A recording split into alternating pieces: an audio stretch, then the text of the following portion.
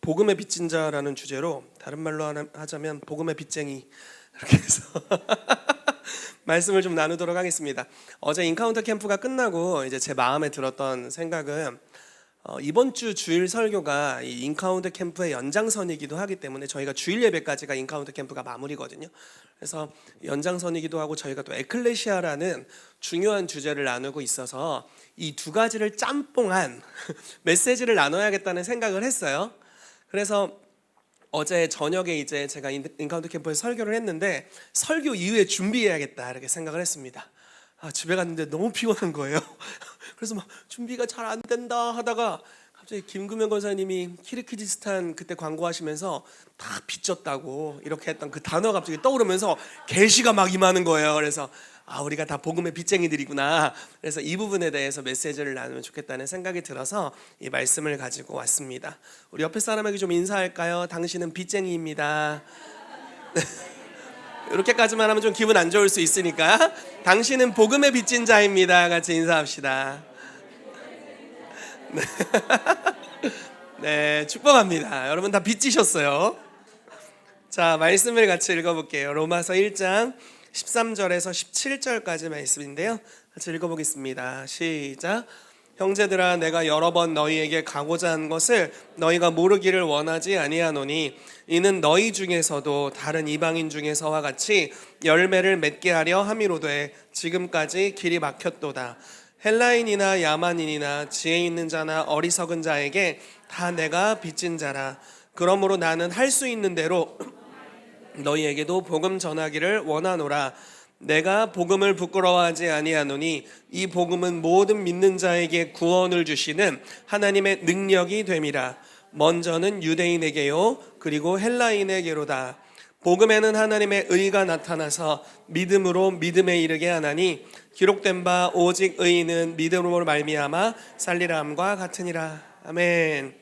그래서 오늘 이런 주제를 가지고 복음의 빚진 자, 그리고 진리가 우리를 자유하게 하는 부분에 대해서 나눌 거고요, 예수님을 대표하는 사역에 대해서, 그리고 우리의 육의 신비에 하나님 말씀이 새겨졌다는 표현이 고린도후서에 나옵니다. 그런 부분에 대해서 좀 나누도록 하겠습니다. 자, 신기하죠? 육의 신비? 뭔 소리야? 육에 새겨졌다는 거야? 마음에 새겨졌다는 거야? 마음에 새겨졌다는 이야기예요. 이 마음에 있는 마음의 주님이 글을 새기셨다는 이야기입니다. 조금 가시면 이해가 되실 거예요. 자, 오늘 로마서 1장 말씀을 보면요, 바울이 내가 빚진 자다라고 표현을 하고 있어요. 여러분, 바울이 받은 복음은 너무 놀라운 복음이었습니다. 여러분, 복음의 내용을 아시죠? 예수 그리스도께서 우리를 사랑하셨다. 하나님이 우리를 사랑하셔서 우리의 죄로 말미암아 독생자를 보내주셨다라는 이야기입니다. 그래서 우리가 당해야 될 죄의 결과물들, 죄의 결과라는 것은 사망이라고 성경은 표현하고 있죠. 그래서 사망, 첫째 사망과 둘째 사망에 대해서 성경은 이야기를 해요. 죄를 지은 모든 사람이 다 지옥행입니다. 잘 가요, 여러분. 저도 같이 갈게요. 죄를 지은 우리 모두는, 여기 예외가 있을까요? 여기서? 없어요. 요한이도 요즘 죄를 많이 짓는 것 같아요. 우리 아들도 5살인데 죄를 많이 짓는 것 같아요. 그러니까 예외라는 것이 없죠. 모든 사람이 죄를 범하였으면 하나님의 영광에 이르지 못했습니다. 그래서 죄를 지은 모든 사람이 당해야 될 형벌은 지옥의 형벌이에요. 이건 억울할 필요도 없는, 그냥 죄를 지었기 때문에 당연한 결과물입니다. 그런데 주님은 우리를 사랑하셔서 우리를 죄의 결과를 주기를 원하지 않으시죠. 문제는 하나님의 공의로우심 때문입니다. 하나님은 공의로우셔서 죄를 졌는데 안 졌다고 해주실 수 있는 분이 아니세요. 그분은 정직한 심판관이십니다. 그래서 우리를 사랑하시는 그분의 본성과 그분의 공의로움이 사실은 부딪히게 되는 거잖아요. 이해되시죠? 무슨 말씀인지. 예를 들어 내 자식이 죄를 지었는데 제가 재판장인 거예요. 근데 재판장으로서의 직임으로 인해서 죄를 지은 아들에게 교도소를 가야 된다, 선고를 해줘야 되는데 아들을 사랑하는 마음으로 인해서 그 선고를 하기가 너무 힘든 이런 마음의 일종의 갈등 같은 것입니다. 그래서 하나님은 어떻게 그걸 감당하기로 하셨냐면, 죄를 지은 사람은 육체를 입고 있기 때문에 그분의 죄를 한 번도 경험해 본 적 없는 아버지 품속에 계신 독생하신 하나님, 그 하나님이신 예수 그리스도를 육신의 옷을 입고 이 땅에 보내셔서 성육신하게 하셔서 우리가 당해야 될 죄의 모든 고통을 대신 당하게 하신 것이죠. 그래서 그분의 고난에 대해서 우리가 성경을 보면은 채찍질을 당하셨습니다. 그래서 뭐 40에 하나 감한 매를 바울이 맞았다고 표현하는데 아마 그런 것일 것 같아요. 채찍에 동물 뼈 같은 게 달려 있었죠. 그리고 쇳덩어리들이 달려 있어서 착 치면은 이제 살점에 박히고 이제 잡아 떼면은 살점이 같이 뜯겨져 나가는 그런 형벌을 당하셨습니다. 가시 면류관을 쓰셨죠. 이따만한 가시를 머리에 쓰셨고 막대기로 머리를 쳤답니다. 내가 여기 가시 박혔는데 누가 막대기로 여기 가시를 쑥 친다고 생각해 보세요. 진짜 별로야. 그렇죠? 근데 너무 큰 고난을 당하신 거예요. 그리고 예수님에게 홍포를 입혔다고 표현되고 있어요. 살점이 다 뜯겨져 나갔는데 거기다 홍포를 입힌 거예요. 아마 제가 예전에 성경을 배울 때는 우리 신학교에서 이런 얘기를 해줬습니다. 홍포를 입혔다가 뗐다가 입혔다가 뗐다가 하면서 조롱했다는 이야기를 들었어요. 그러니까 그게 온몸에 진물이 흐르고 피가 흐르고 있었을 텐데 홍포를 입혔다 뗐다 입혔다 뗐다. 그러니까 모든 그 예수님과 함께 못 박혔던 좌우에 있었던 범죄자들이 있었습니다. 그들은 오래 있었어요, 십자가에서. 근데 예수님은 일찍 돌아가셨어요. 못 박히시기 전에 이미 만신창이셨던 거죠. 그것이 우리의 죄로 인한 형벌이었습니다. 그가 채찍에 맞음으로 우리가 나음을 입었다. 우리의 질병을 대신 지신, 우리의 질고를 대신 지신 모습이었습니다. 그런데 그분의 그 심판이, 하나님의 공의로움의 판결이 거기서 끝난 것이 아니라 지옥에까지 이어지죠. 죽으셨고 하나님 아버지에게 버림을 당하셨죠. 엘리 엘리 라마 사박다니, 아버지여 아버지여 어찌하여 나를 버리셨나이까, 이런 이제 이야기를 하셨습니다. 그리고 죽으셨고 베드로는 고백하기를 옥에 가셨다, 그러니까 지옥에 가셨다고 표현을 하고 있습니다. 그래서 예수님이 우리가 지옥에서 당해야 될 영원한 형벌에 대해서 대신 당하셨어요. 그리고 죽음 가운데서 부활하셨고 승천하셨습니다. 그리고 그를 믿는 자들에게 무엇을 주기로 결정하셨냐면, 우리가 당해야 될 형벌은 주님께로 전가되고 주님이 원래 하나님 앞에서 가지고 계셨던 모든 것은 우리에게 전가되는 맛 교환이 이루어지게 된 것이죠. 오직 믿음으로. 그래서 우리는 죄를 지었지만 의로워졌습니다. 왜냐하면 우리의 의는 행위에서 난 것이 아니라 하나님의 본성적인 의가 우리에게 부여되었습니다. 우리는 원래 버려진 자였지만 하나님께 완전히 용납되었습니다. 우리는 종이었지만 자녀가 되었습니다. 우리의 원래 집 주소는 지옥이었지만, 왜냐면 영원히 거기 살 거니까 지옥이었지만 우리의 영원한 주소가 천국으로 옮겨져서 천국의 시민권을 가진 자가 되었습니다. 우리는 아무것도 상속받을 게 없는 자, 버려진 자, 외면당한 자였지만 이제 예수 그리스도와 함께한 상속자가 되었고 아바 아버지라 부르짖을 수 있는 자들이 되었습니다. 그래서 이러한 막교환이 일어나게 된 것이, 이게 바로 복음이잖아요. 여러분 이 사실을 믿으세요? 정말 믿으시기를 축복합니다. 공짜니까. 근데 공짜라고 무가치한 것이 아니라 그분 편에서 너무 많은 걸 지불하신 거예요. 그분의 모든 것을 지불하셨어요. 그래서 우리에게 선물로 주신 것이 이 복음의 말씀입니다. 바울은 이 말씀을 소유했어요. 그리고 하나님으로부터 이 복음이 무엇인지에 대한 계시를 받았습니다. 그런데 이 복음이 자기만을 위한 것이 아니라는 걸 깨닫는 거예요. 여러분 이 세상에 있는 모든 것들은 유한합니다. 예를 들어 제가 돈 1,000만 원이 있다고 해볼게요. 통장에 1,000만 원이 있어요. 제가 이렇게 얘기하는 거예요. 사람들에게 선착순으로 가난한 자들에게 100만 원씩 드리겠습니다. 어떤 일이 일어날까요? 막 받으려고 오겠죠. 그럼 100만 원 주고 100만 원 주고 100만 원 주고 10번째 주고 없어. 그 숫자 안에 들어오려고 얼마나 경쟁이 있고 박 터지는 싸움이 있겠어요? 옛날에 무슨 유머 코드에 1등만 기억하는 더러운 세상 뭐 이런 게 있었던 것 같은데 이거는 이 땅의 유한한 자원으로 인해 생기는 일이죠. 이 땅의 자원이 유한해서 그래요. 이 땅에 속한 것은 모두 유한해요. 그래서 나눠주면 없어져요. 옛날에 홍정신 목사님이 아버님이 고아원을 운영하셨어요. 그래서 500명인가 아무튼 고아들을 키웠는데 얼마나 사람이 많았겠어요. 근데 이렇게 자기 또래 고아 친구들이 항상 자기의 막 머리를 뒤통수를 돌로 찍은 적도 있고요. 왜 그런 짓을 했냐면 내 후원자가 나한테 보내준 걸 네가 뺏었다는 거예요. 물론 오해이고 잘못된 일이지만 유한한 자원 안에서 그거를 받아야 되기 때문에 질투가 일어나고 시기가 일어나고 너무 어려운 겁니다. 근데 이 예수 그리스도의 복음은 유한하지가 않아요. 하나님이 주신 모든 종류의 것은 유한한 것이 없습니다. 하나님을 닮았어요. 영원합니다. 주면 또 있어요. 여러분 오병이어의 기적을 보세요. 애가 도시락 갖고 왔어요. 줬는데 또 있어요. 저는 오병이어의 기적을 이제 좀 줄거리로 풀어낼 때, 성경에는 사실 너무 짧게 나와 있잖아요. 만약에 줄거리로 풀어낸다면 이렇게 됐다고 봐요. 안드레가 한 아이의 도시락, 물고기, 오병이어니까 항상 헷갈리는 물고기 2마리, 보리떡 5개. 아마 이 물고기가 애기 도시락이었거든요. 그러니까 아마 제 생각에는 초딩 도시락이었을 거예요. 그렇게 크지는 않았을 겁니다. 성인이 먹으면 조금 배고픈 수준이었을 것 같아요. 그래서 그런 작은 도시락을 안드레에게 줬습니다. 그런데 안드레가 이걸 가지고 예수님에게 드렸죠. 예수님께서 거기 축사하시고 제자들에게 나누어 주는데 먼저 뭐를 하게 했냐면 50명씩 100명씩 앉게 했어요. 거기 남자만 5,000명이었거든요. 저는 보통 이 남자만 5,000명 하면 곱하기 4를 하는 편입니다. 그럼 대략 맞아요. 그러니까 그 당시에 20세에서 60세까지의 남자들만 숫자로 계수를 했어요. 그러니까 뭐 아이, 어른, 여기도 성비가 보면 여성들이 더 많으시잖아요. 그러니까 약간 이렇게 합치면 한 곱하기 4 정도 하면 숫자가 대략 맞아 떨어질 거예요. 한 2만 명 정도가 지금 앉아 있는데 도시락 하나로 장난을 치고 계십니다.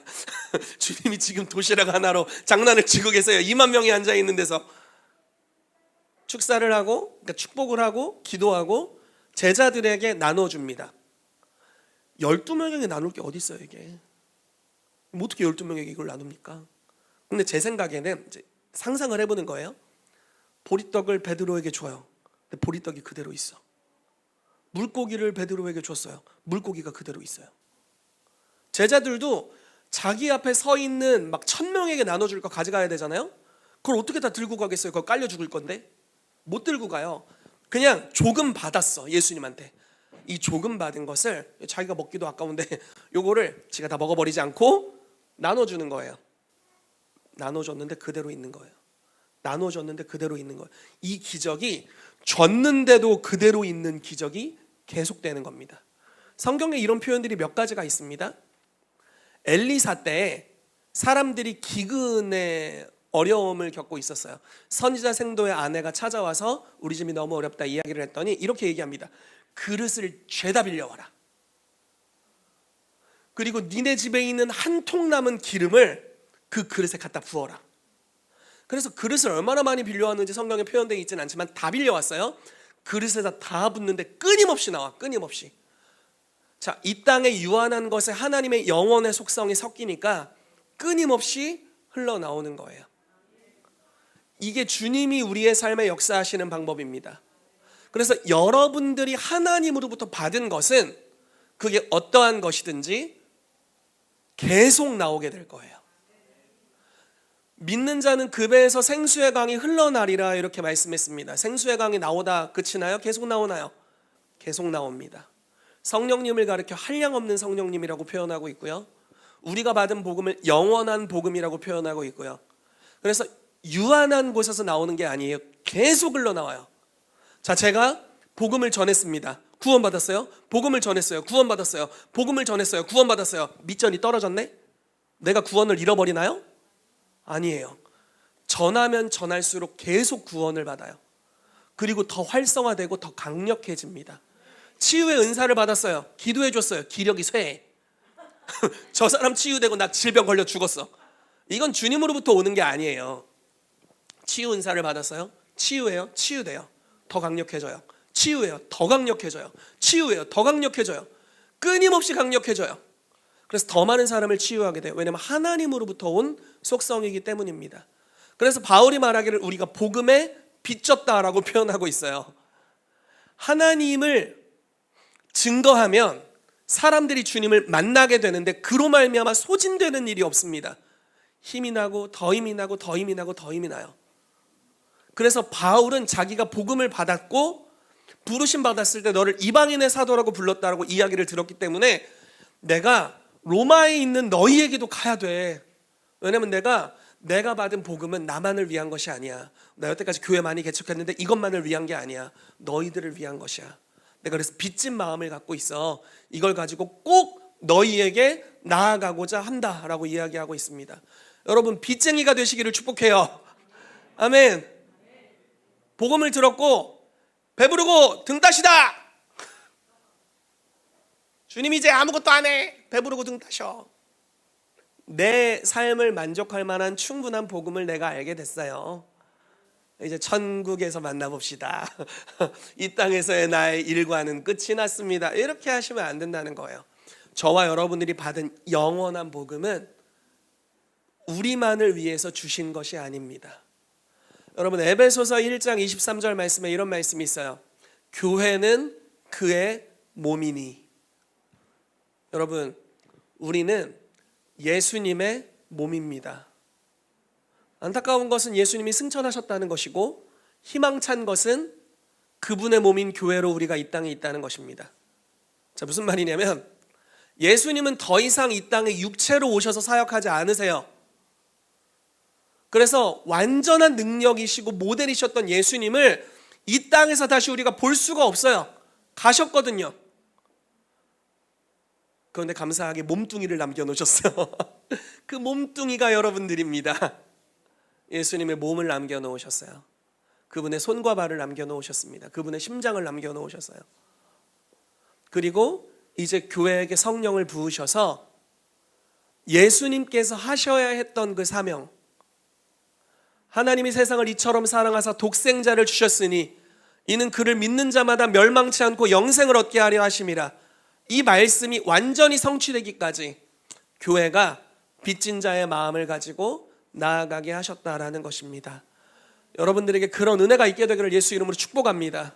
그래서 여러분들이 복음의 빚진 자가 되어서 단지 내 삶의 어떠함을 채우는 수준을 넘어서서 다른 이들의 삶에 이 영원한 복음을 증거하고 수많은 이들을 옳은 대로 돌아오게 하는 하늘의 별과 같이 빛나는 사람들 되시기를 축복합니다. 그리고 딱 축도를 하면 괜찮을 것 같은데 다음으로 넘어가서 자, 아주 분위기가 좋았어요. 자, 요한복음 8장 32절 말씀 같이 읽어볼게요. 시작. 아멘. 여러분, 하나님의 진리가 우리를 자유롭게 합니다. 믿으시죠? 진리를 깨달을 때마다 너무 감사한 것은 이 말씀들이 우리를 자유케 한다라는 거예요. 제가 이번에 LNS라는 예배 캠프에 가서 메시지를 나누는데 제가 원래 성령 사역을 많이 합니다. 외부에 나가서. 그러니까 성령 세례를 받는 시간들을 갖고 아이들이 방언을 받도록 돕고요. 그리고 좀 소그룹 모임에서는 치유 사역을 많이 해주고 이런 일들을 하는데 복음을 전해야겠는 거예요. 마음이. 왜냐하면 죄로 말미암아서 수치심을 갖고 있는 예배자들이 이게 느껴졌어요. 그냥 누구도 나한테 그런 죄 고백을 한 적은 없는데 그냥 제 마음이 좀 그랬습니다. 그래서 죄로 인해서 여러분 만약에 어제 여러분들이 생각할 때 끔찍한 죄를 졌고 오늘 교회 온다면 조금 캥기잖아요. 그렇죠? 좀 캥기잖아. 조금 캥기잖아. 예배 드릴 때 살짝 거슬리잖아. 마음이. 왠지 회개해야 될 것 같고 약간 이런 느낌 있잖아요. 그거 좋은 마음입니다. 회개해야죠. 네, 회개해야 되는데 이런 수치심을 가지고 주님께 나오기 어려워하는 사람들이 느껴져서 복음을 전했어요. 그러면서 어떤 말씀을 전했냐면 주님이 우리를 기다릴 때 야, 너 죄진 거 다 알고 있어. 빨리 고백 안 하면 지옥 보내버려. 이런 협박이 아니라 용서하기로 결정하시고 기다리시는 하나님이신 거예요. 나는 네가 돌아오기만을 기다려. 죄를 지었죠. 그건 하나님을 떠났다는 표현이잖아요. 근데 돌아오기만을 기다리는 아버지. 그게 누가복음 15장에 표현되어 있는 탕자의 아버지잖아요. 자식은 몹쓸 짓을 많이 했어요. 부모한테. 그래서 너무 나쁜 놈이었어. 근데 자기의 삶이 빈궁해지니까 또 더욱 비굴하게 아버지 집으로 돌아가요. 뭐 면목이 없죠. 비양심적인 지 양심으로도 양심이 찔려. 무슨 말인지 이해되세요? 비양심적인데 그 비양심으로도 찔려 마음이. 그래서 아버지께 돌아갈 면목이 없어요. 그런데 이제 멘트를 준비하는 거예요. 아버지의 아들이라 일컬음을 받지 못하게 싸우니 종 중에 하나로 여기서서 멘트를 준비했는데 자식이 돌아오는 모습을 보고 아버지가 그냥 달려가요. 자식의 회개하는 자세? 나를 바라보는 용서해 주세요라는 간절한 표정? 이런 거 없어. 그냥 보자마자 돌아오는 그 걸음. 돼지 치다 와서 돼지 똥 묻었겠지. 돼지 사료 주워 먹다가 걸려갖고 여기 사료 묻었지. 씻지도 못했지. 먹지도 못했지. 말라 비틀어졌지. 원래 그 자녀로서의 존귀함은 어디 온데간데 없고 완전히 망가져 있는데 자식인데 아버지가 보자마자 달려오는 거예요. 그리고 즉시 입 맞추고. 그러니까 뭐 아버지의 아들이라 일컬음을 입 푹 이렇게 뽀뽀. 요즘 우리 아들이 필살기가 입술 뒤집기입니다. 요한이 뽀뽀하면 입술을 이렇게, 그럼 뽀뽀하면 이게 침이 잔뜩 묻어요. 굉장히 요한이를 사랑하지 않으면 불쾌하실 수 있어요. 그래서 아버지가 가서 아들과 입 맞추고 손에 가락지를 끼워주고 발에 신을 신겨주고 가장 좋은 옷을 입히고 종을 시켜서 잔치하자. 잃어버린 내 아들을 내가 다시 찾았다. 하나님을 만나는데 자녀의 지위가 뭐 5일 만에 회복되거나 10일 만에 회복되거나 40일 금식 이후에 회복된 게 아니라 만나는 즉각 회복됐어요. 이게 인카운터의 능력이에요. 하나님을 만나자마자 지위가 회복돼요. 뭐 그 이전에 뭐 몸을 팔아먹었든 죄를 많이 졌든 살인을 했든 물론 어떤 죄에 대해서는 이 땅에서 대가를 치러야 하지만 여러분 어떤 범죄를 했다면 그거에 대해 이 땅에서 대가를 치러야 합니다. 그건 너무 그냥 당연한 거예요. 그리고 우리의 죄로 말미암아 누군가 피해를 입었다면 그 사람에게 합당한 보상을 해줘야 돼요. 너무나 당연한 것입니다. 그렇지만 결국 그 모든 것에 대한 책임을 하나님으로부터 듣게 되는 거예요. 그게 사실 지옥의 형벌이죠. 근데 주님이 그것을 면제하시고 그분을 만날 때 사랑이 온팡 뒤집어 씌워져서 하나님의 자녀가 되는 권세를 주시는 것이죠. 이런 복음의 메시지를 들을 때 용서하기로 결정하신, 우리에게 모든 권위를 다시 회복하기로 결정하신 하나님에 대한 메시지를 들을 때 이 메시지가 우리를 자유롭게 합니다. 그렇죠? 그래서 메시지를 듣고 하나님께 회개하길 원하시는 분 계세요 하고 앞으로 나오라고 했더니 조금 뻥을 섞어서 다 나왔어요. 조금 뻥을 섞었어. 선생님들 몇 명은 안 나왔어. 그래서 정말 많은 친구들이 초등학생부터 나와서 앞에서 계속 간절하게 기도하는 모습을 봤습니다. 너무 감사한 시간이었어요. 진리가 우리를 자유롭게 합니다. 죄에 대한 수치심으로 인해 주님께 나오는 게 어려울 수 있잖아요. 근데 수치는 하나님이 준 적이 없어요. 죄의 결과물이고 사단이 계속 정죄하는 언어를 불어넣는 거죠. 근데 복음이 선포되면 이 진리가 우리를 자유롭게 합니다. 여러분 진리가 여러분들을 자유롭게 하시기를 축복해요. 그리고 여러분들을 자유롭게 한 진리를 다른 이들에게 증거하시기를 축복합니다. 아멘. 자, 8장 36절입니다. 또 읽어볼게요. 시작. 그러므로 아들이 너희를 자유롭게 하면 너희가 참으로 자유로우리라. 아멘. 자, 이 전 말씀이랑 너무 비슷해요. 그렇죠? 진리를 알지니 진리가 너희를 자유롭게 하리라. 아들이 너희를 자유롭게 하면 너희가 참으로 자유하리라. 근데 또 비슷한 말씀이 성경에 또 있어요. 요한복음 14장 말씀에 나는 길이요 진리요 생명이니 이렇게 나오죠. 나로 말미암지 않고는 아버지께로 나아갈 자가 없다. 예수님은 진리이십니다. 진리는 지식을 넘어서는 것이에요. 진리는 예수님이에요. 그래서 진리의 지식을 알면 조금 자유해질 수 있습니다. 그렇지만 진리이신 인격을 만나면 참으로 자유해집니다.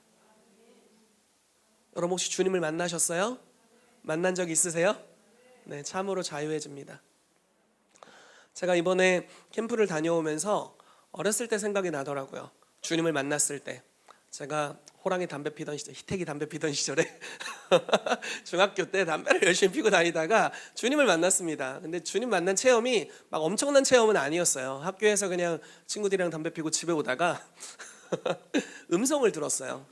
희태가 네가 크리스찬인데 이렇게 살아서 되겠니? 그래도 주님이 저를 크리스찬으로 여겨주셨나 봐요. 이렇게 살아서 되겠니? 그럼 안 되겠구나. 그냥 이런 깨달음이 왔습니다. 근데 지금 생각해보면 하나는 음성인 것 같아요. 왜냐면 그걸로 제 삶이 완전 바뀌었거든요. 한마디에 그냥 그렇게 살아서 되겠니? 이거였는데 그냥 저도 질 안 좋은 친구였고 질 안 좋게 놀던 친구들의 관계를 다 정리했습니다. 듣자마자 정리했어요. 그리고 담배를 그 순간 끊었어요. 금단 이런 거 없었어요. 그냥 그냥 그 음성을 듣는 순간 다 정리가 됐어요.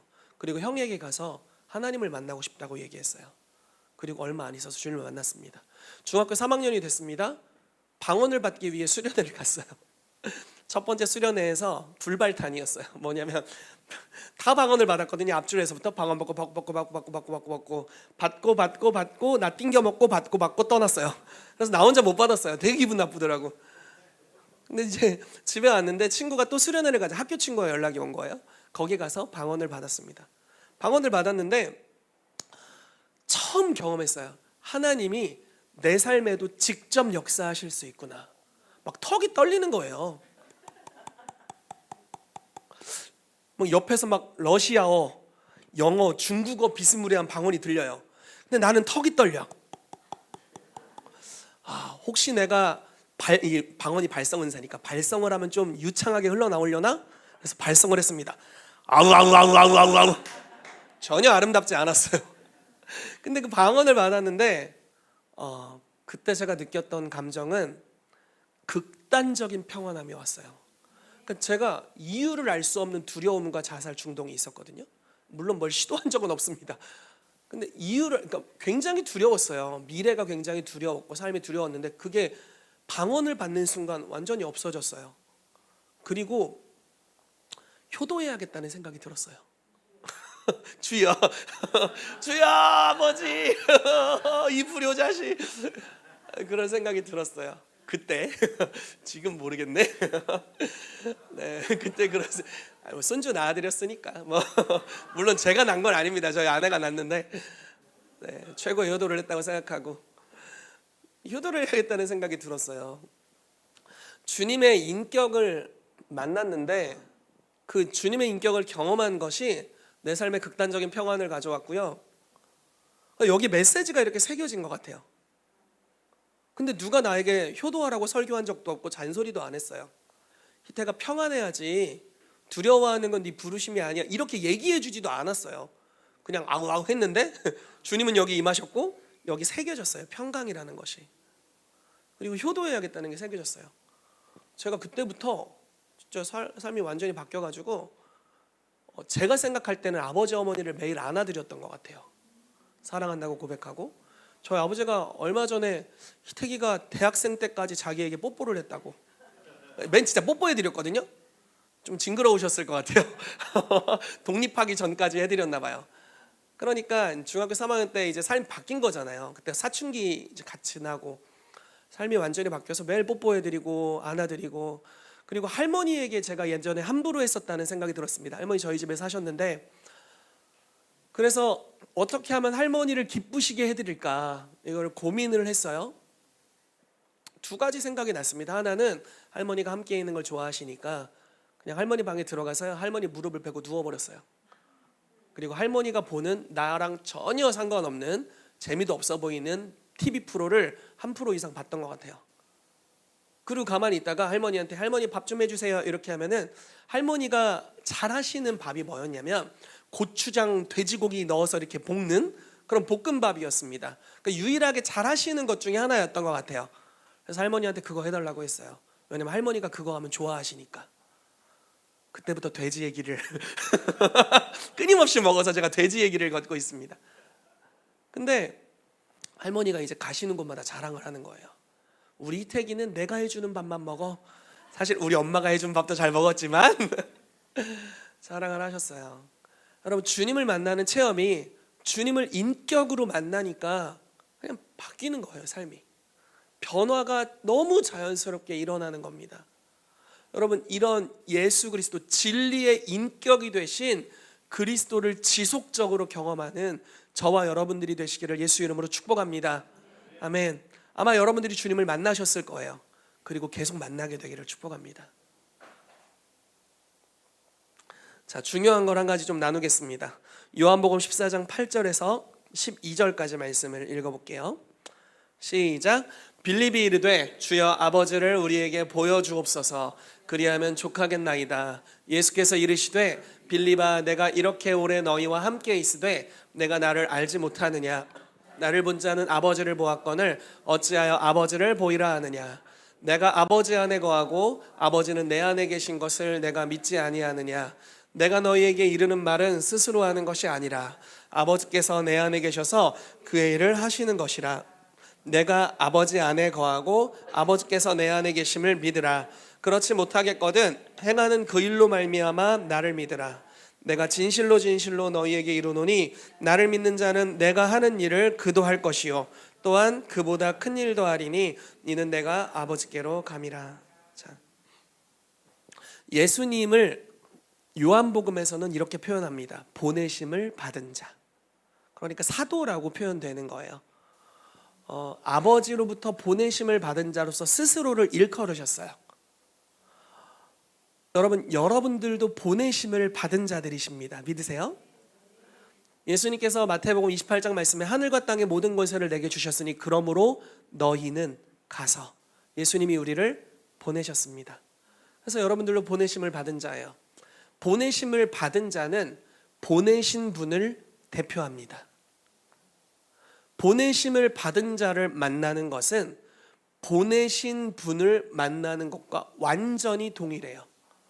빌립이 어느 날 질문을 합니다. 예수님, 아버지에 대해서 그렇게 말씀만 하지 마시고 좀 이렇게 대동하셔서 보여달라고 이렇게 표현을 합니다. 그랬더니 예수님 뭐라고 말씀하시냐면 나를 본 자는 아버지를 이미 보았거늘 왜 아버지를 보이라 하느냐. 너희가 나를 만났으면 아버지를 만난 거야. 이렇게 표현을 하세요. 그러면서 뭐라고 이야기를 하냐면 너희가 만약에 그걸 믿기가 어렵다면 나를 통해서 일어나는 기적을 통해서 아버지를 믿어라. 이렇게 얘기하십니다. 예수님이 기적을 행하셨죠. 예수님이 혈루증 앓는 여인을 고치셨고 눈먼 자의 눈을 뜨게 하셨고 죽은 자를 살리셨고 사람들을 구원하셨습니다. 죄인들을 용납해 주셨어요. 그 주님을 경험하면 아버지를 경험한 것이다 라고 이야기를 하고 있어요. 여러분, 예수님은 하나님 아버지에 대한 완전하신 인격적 표현이셨습니다. 구약은 한계가 있어요. 하나님에 대한 완전한 표현이 어렵습니다. 왜냐하면 옛 언약이고 율법이 주요 언약이었기 때문에 그렇습니다. 율법은 모든 사람이 죄를 지었다고 선언해주고 죄 아래 가둬요. 그렇지만 새 언약은 하나님에 대한 것을 완전히 표현합니다. 예수 그리스도에 대한 것이에요. 자, 예수님이 이 땅에 오셔서 아버지를 우리의 삶에 표현해 주셨는데 그 방법은 말씀도 전하셨지만 표적과 기사를 통해서 하나님만이 행하실 수 있는 일을 행하시면서 아버지를 경험하게 하셨다는 거예요. 근데 여기서 초대가 끝나지 않고 이렇게 얘기하십니다. 12절 말씀 보세요. 내가 진실로 진실로 너희에게 이르노니 나를 믿는 자는 내가 하는 일을 그도 할 것이요 또한 그보다 큰 일도 하리니. 이렇게 말씀합니다. 여러분 주님 믿으세요? 그럼 이 말씀도 믿으시겠네요? 네. 주님을 믿으면 예수님이 하신 일을 할 수 있게 될 거래요. 예수님이 하신 일은 보내신 분을 대표하는 일이었습니다. 영적인 세계는 정말 독특한 것이 경험한 것을 나누어 줄 수 있습니다. 그리고 또 특이한 것 중에 하나가 경험 못했는데 계속 말하면 경험합니다. 그래서 이 감리교를 창립했던 요한 웨슬레가 구원의 확신이 없어서 너무 고민이 됐대요. 그래서 한 목사님에게 상담을 했더니 그 목사님 뭐라고 얘기하셨냐면 구원의 확신이 없으면 구원에 관한 설교를 해라. 그래서 구원에 관해서 설교하다가 자기가 구원받아 버렸어요. 어느 날 메시지가 믿어지고. 그러니까 믿음은 들으면서 나고 들으면 그리스도의 말씀으로 말미암으니까 이런 원리들이 작용하는 거겠죠. 자, 체험한 것을 나눠줄 수 있어요. 베드로가 미문에 앉은 안진뱅이를 보면서 은과 금은 내게 없어. 그렇지만 나에게 있는 것으로 너에게 주노니 나사렛 예수 이름으로 일어나 걸으라. 그 사람이 걷게 되었습니다. 예수님을 체험하게 해줬어요. 여러분 다시 표현해 볼게요. 여러분들이 주님을 만난 적이 있다면 다른 사람도 주님을 만나게 해줄 수 있어요. 그렇게 하기 위해 기도 3시간씩 하십시오. 이런 게 아니에요. 깜짝 놀랐죠? 우리 교회에서 이런 설교를. 자, 그러기 위해서 기도를 많이 하라 이런 게 아닙니다. 체험한 자는 체험을 줄 수 있어요. 지식으로 만났으면 줄 게 지식밖에 없어요. 그렇지만 주님을 경험했으면 우리가 손을 얹을 때, 우리가 메시지를 나눌 때 주님을 만나는 역사가 일어나게 됩니다. 제가 어제 이 말씀이 계속 떠오르는데 이게 이런 말씀입니다. 살리는 것은 영이니 육은 무익하니라. 여러분, 우리가 전하는 메시지가 그냥 육적인 지식 차원이면 별로예요. 별로 영향력이 없습니다. 그렇지만 우리가 메시지를 증거할 때 성령님이 역사하시고 성령님이 살리고 생명을 얻고 더 풍성히 얻는 역사로 우리 가운데 일하신다면 그것은 너무 좋은 일입니다. 여러분들에게 이 살아있는 말씀이 역사되기를 축복합니다. 그래서 여러분들이 주님을 체험하시고 그 체험을 나누어 주십시오. 여러분들은 그것에 빚진 자들이세요. 우리가 받은 복음은 단지 구원의 기쁜 지식적 소식이 아니라 인격이신 그리스도에 대한 것입니다. 주님을 만날 때 그 주님을 나누어 줄 수 있어요. 제가 중3 때 주님을 만났습니다. 같이 담배 피웠던 친구를 만났어요. 기도해 줬어요. 방언을 받더라고. 고등학교 2학년 때 제 친구가 술 마시고 저한테 전화했어요. 고등학교 2학년이 술 마시고 전화한다는 게 쉬운 일은 아니죠. 네, 술 마시고 전화했습니다. 그래서 뭐 해줄 말이 없더라고. 위로를 원했던 것 같아요. 막 울면서 전화가 와가지고. 그래서 그 친구한테 내일 기도 모임 하니까 모임에 와 이렇게 얘기하고, 그때는 너무 성격이 극단적이어서 이렇게 목양적이지가 못해서 그냥 그 술 마셨던 친구를 앞에다 두고 지존하신 주님 이름 앞에라는 찬양을 30분을 불렀습니다. 지존하신 주님 이름 앞에, 이걸 30분을 불렀어요. 방언을 받더라고. 그때 알았어요. 체험한 걸 나눌 수 있구나. 고등학교 3학년이 됐어요. 바울 목사님이랑 같이 사역을 그때 많이 했었는데 고등학교 1학년, 2학년 후배들을 불러 모았습니다. 내게 있는 것으로 내게 주노니 같이 기도했는 애들이 다 방언을 받았어요. 그러니까 하나님을 체험하는 역사가 풀어지는 것 같아요. 이번에 그 어른들이 모여있는 소그룹이 있었습니다. 한 7분 정도 계셨던 것 같은데요. 거기서 치유에 대해 나누고 기도를 해드렸는데 다 치유됐어요. 내가 경험한 것을 나눌 수 있구나. 근데 이런 경험들이 일어나면 어떤 역사가 일어날까요? 자, 바로 이겁니다. 육의 신비의 말씀이 새겨져요. 지식을 나누면 까먹어요.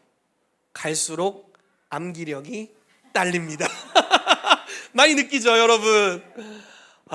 제 아들이 암기력이 얼마나 좋은지 몰라요. 5살인데 이바울 목사님 핸드폰 비번을 알아냈습니다. 원예지 팀장님의 핸드폰 비번을 알아냈어요. 다솔 전사님 비밀번호 알아냈고요. 서진훈 간사님 비밀번호 알아냈어요. 할아버지 할머니 패턴을 외웠어요. 각기 다른 걸 다 외웠어요. 여러분 조심하세요. 제가 언제 털러 갑니다. 저는 못 외워요. 못 외워요. 이제 와이프 전화번호 말고 다른 전화번호 잘 몰라요. 옛날에 외웠던 우리 바울 목사님 전화번호 이런 거 말고는 잘 못 외웁니다. 그래서 지식으로 전달되는 것들은 그냥 이렇게 흘러가죠. 근데 체험된 것은 아까 저를 변화시켜나는 말씀드렸던 것 같이 새겨져요. 자, 이 말씀을 한번 볼게요. 시간이 좀 돼서 제가 그냥 말씀을 드리겠습니다. 고린도 후서는 바울이 이제 다시 고린도에 갈 걸 생각해서 자기를 좀 이렇게 배격했거든요. 자기가 개척한 교회에서 본인이 배격을 당했어요. 그래서 그 교회에 내가 다시 갈 거야 이렇게 표현하는 그런 편지 중에 하나입니다. 근데 이 고린도후서 내용에 이런 표현이 있습니다. 내가 너희한테 나아갈 때 저 이런 사역자고요, 이런 이력이 있어요, 이렇게 내가 너희한테 소개할 필요가 있냐? 내가 이 교회를 내가 개척했고 내가 너희의 육의 신비의 그리스도의 편지를 썼는데 내가 나 자신을 너희에게 추천서를 필요로 할 필요가 있냐? 그냥 내가 증거하는 복음을 너네가 경험하면서 너네 마음에 그리스도의 편지, 하나님이 너를 사랑해라는 편지가 이렇게 박혔다, 이런 표현을 쓰고 있습니다. 자, 바울이 고린도에 나아갈 때는 이전에 아테네나 이런 데서 복음을 증거하는 방식과 완전히 다른 방식으로 갔어요. 내가 말과 지혜의 아름다운 것으로 복음을 증거하기를 원하지 않았다. 성령의 나타나심과 능력으로 복음을 증거하여 너희의 믿음이 사람의 지혜에 있지 않고 하나님의 능력에 있게 하려 하였다, 이렇게 얘기했습니다. 즉 표적과 기사를 일으키면서, 즉 다른 말로 표현해 볼게요. 표적과 기사니까 굉장히 어려워 보이지만 체험을 경험하게 하면서 주님을 인격적으로 만나게 하면서 복음을 증거한 거예요. 그의 복음 전도에는 하나님과의 만남이 일어나게 됐어요. 그래서 그걸 통해서 너희 마음에 그리스도의 편지를 썼다, 이렇게 얘기하는 거죠. 여러분, 여러분들에게 그런 일이 있게 되기를 축복합니다. 여러분, 우리는 빚을 졌어요. 무슨 빚이냐면 세상을 하나님과 만나게 하는데 빚졌습니다. 왜냐하면 주님이 여러분들을 만나셨거든요. 여러분들의 만남을 다른 이들에게 나누게 될 때 그들도 주님을 만나게 됩니다. 그리고 또 다른 이에게 나누게 되면 그들이 또 주님을 만나요. 그렇다고 여러분들의 체험이 줄어들거나 은혜가 떨어지지 않습니다. 여러분들이 받은 복음은 영원한 복음이거든요. 끊임없이 흘러나옵니다. 그래서 복음의 빚진 자가 되어 하나님을 만나게 하는, 인카운터하는 그런 사역을 나누어 주시기를 예수 이름으로 축복합니다. 에클레시아인 교회이신 여러분, 복음을 나누시기를 축복합니다. 여러분들이 경험한 하나님을 나누는 은혜가 있게 되기를 예수 이름으로 축복합니다. 같이 기도하겠습니다. 저는 우리 교회에 하나님 많은 은혜를 부어주고 계신다고 믿습니다. 그리고 이 교회가 1년간 다른 교회를 섬기고 지금 또 다른 교회를 섬기고 있어요. 근데 그럴 때마다 교회들이 성장해 가는 것을 제가 보고 있습니다. 팀 사역을 풀어놓을 때 팀에 주신 다양한 하나님을 체험하는 은혜들이 그 교회 성도님들에게 풀어지는 것을 많이 경험합니다. 너무 감사한 건 나눌수록 더 풍성해진다는 거예요. 이번 주에 월화수 캠프를 섬기고 왔는데 나눴더니 더 풍성해지는 것 같아요. 제 자신이 더 풍성해지는 걸 느끼고요. 인카운터 캠프에 가서 메시지를 나누고 우리 지체들을 섬기고 왔습니다. 나눴는데 더 풍성해지는 것 같아요. 계속 그리스도 안에서 주는 것이 받는 것보다 복이 있다는 것을 깨닫습니다. 여러분들이 받은 복음, 여러분들이 경험한 하나님 나누어 주시기를 축복합니다. 그 경험을 나누어 주십시오. 그러면 영이 역사하실 거예요. 성령님이 역사하실 겁니다. 우리를 죽은 자 가운데서 살리신, 우리를 죽은 자 같은 상태에서 자유케 하신 하나님을 여러분 선포하면 성령님이 그들에게 역사하셔서 그들의 죽은 것 같은 것에서 다시 살리는 역사를 주실 것입니다. 살리는 것은 영입니다. 예수님이 오신 것은 양으로 생명을 얻게 하고 더 풍성히 얻게 하려고 오셨습니다. 이 시간 기도할 때 이렇게 기도합시다. 주님, 제가 복음을 증거하길 원합니다. 제가 경험한 하나님을 나누기를 원합니다. 제가 빚진 자이오니 주님, 나의 삶을 사용하셔서 하나님의 나라를 확장해 주시고 내가 체험한 이 체험을 세상 사람들이, 믿지 않는 자들이, 수많은 이들이 경험하도록 주여 나의 삶을 사용하여 주시옵소서. 이렇게 우리 주님께 기도하며 나아가도록 하겠습니다. 같이 기도하겠습니다. 이제 마지막으로 한 가지 중요한 시간을 가졌으면 좋겠습니다. 이방울 목사님께서 저희 카톡 창에 공지를 하나 띄워주셨는데 튀르키예를 위해서 헌금을 했으면 좋겠다는 이야기를 해주셨어요. 제가 듣는 소식으로는 정말 많은 인명피해가 있는 것으로 알고 있습니다. 지진이 있었고 여진이 일어나고 또 여진이 일어나는데 여진이 일어날 때마다 건물이 그냥 무너져 버리더라고요. 수많은 아이들, 수많은 어른들이 이미 목숨을 잃었습니다. 성경에서는 이렇게 이야기를 하고 있어요. 어려움 가운데 빠진 사람의 이웃이 되라라고 표현합니다. 이게 선한 사마리아인의 비유의 결론이에요.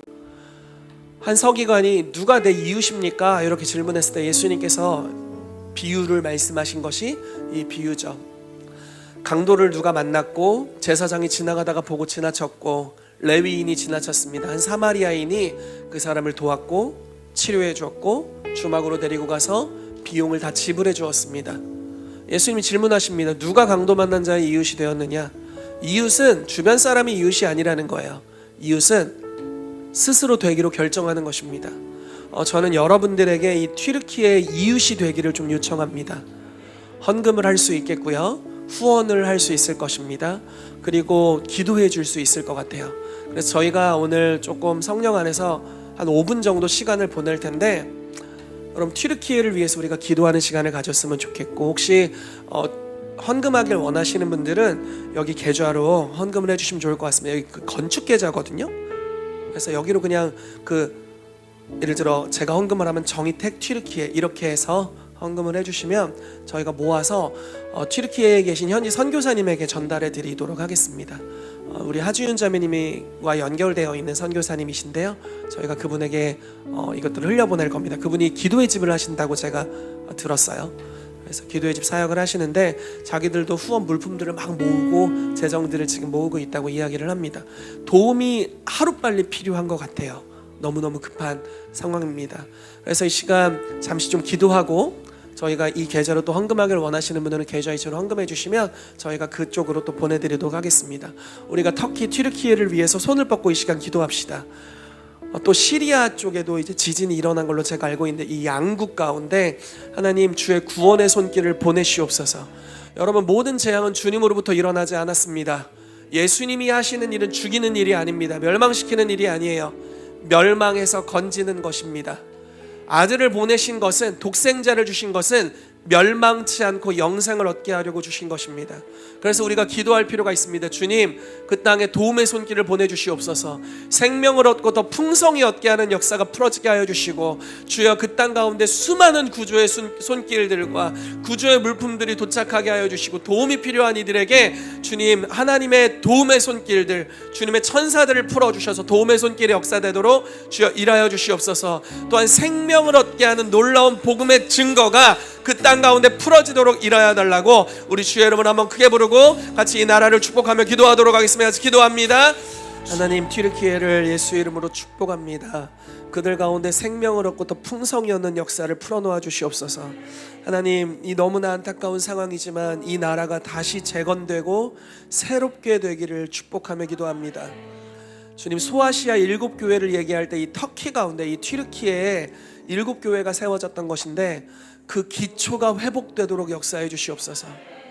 진동케 되는 것들로 말미암아서 진동하지 않는 하나님의 나라가 이 시즌에 그 나라 가운데 풀어지게 되기를 기도합니다. 그래서 그 나라가 주님 예수 그리스도를 섬기는 양의 나라로 전환되는 역사가 일어나게 되도록 주여 이 나라를 구원하여 주시옵소서. 또한 주님, 전 세계로부터 수많은 구호 물자들과 물품들을 보내주시고 위험 가운데 지금도 구조의 손길을 기다리는, 또 질병 중에 사고로 인한 여러 가지 어려움들 가운데 주님의 도우심이 있게 되기를 기도합니다. 또 이로 인해서 수많은 가족을 잃은 주님, 수많은 유족들 가운데 하나님의 위로하심과 자비가 임하도록 역사해 주시고, 이 시즌에 수많은 복음 전도자들을 그 땅에 보내주셔서 주님 그 땅에 하나님의 나라의 복음이 선포되도록 주여 일하여 주시옵소서. 그래서 이 나라가 멸망으로부터 자유케 되고 일어나는 역사가 풀어지게 되기를 기도합니다. 주여 새 일을 행하여 주시옵소서. 지금은 우리 주 예수 그리스도의 은혜와 하나님 아버지의 사랑하심과 성령님의 교통하심이 오늘 복음의 빚진 자 되어서 예수를 경험한 체험을 이 세상 가운데 나누고 풀어놓는 킹스빌리 교회 모든 성도들의 삶 위에 이제로부터 영원까지 함께 있을지어다.